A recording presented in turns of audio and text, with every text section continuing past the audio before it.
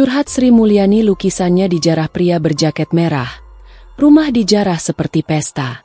Menteri Keuangan, Menkeu, Sri Mulyani lagi-lagi memberikan pesan menyentuh sebagai korban penjarahan pada akhir Agustus lalu, yang kemudian dia posting lewat akun media sosial Instagramnya Smindrawati pada Rabu, 3 September 2025.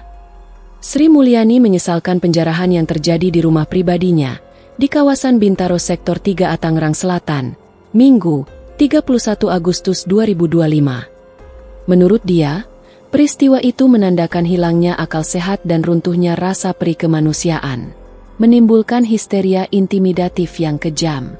Hilang hukum, hilang akal sehat dan hilang peradaban dan kepantasan, runtuh rasa peri kemanusiaan. Tak peduli rasa luka yang tergores dan harga diri yang dikoyak yang ditinggalkan. Absurd.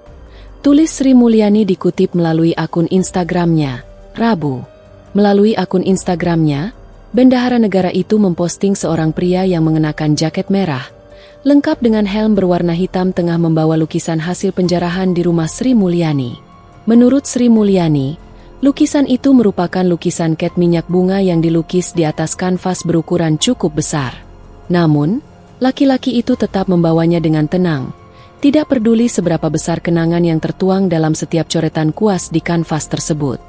Sri Mulyani mengatakan, lukisan bunga berwarna merah dan merah muda itu dia lukis sekitar 17 tahun yang lalu. Lukisan itu merupakan hasil perenungan serta kontemplasi diri yang sangat pribadi. Namun kini, lukisan itu sudah hilang, seperti hilangnya rasa aman sebagai warga Indonesia. Seperti rumah tempat anak-anak saya tumbuh dan bermain. Sangat pribadi dan menyimpan kenangan tak ternilai harganya, ucap dia. Download Tribun X sekarang, menghadirkan lokal menjadi Indonesia.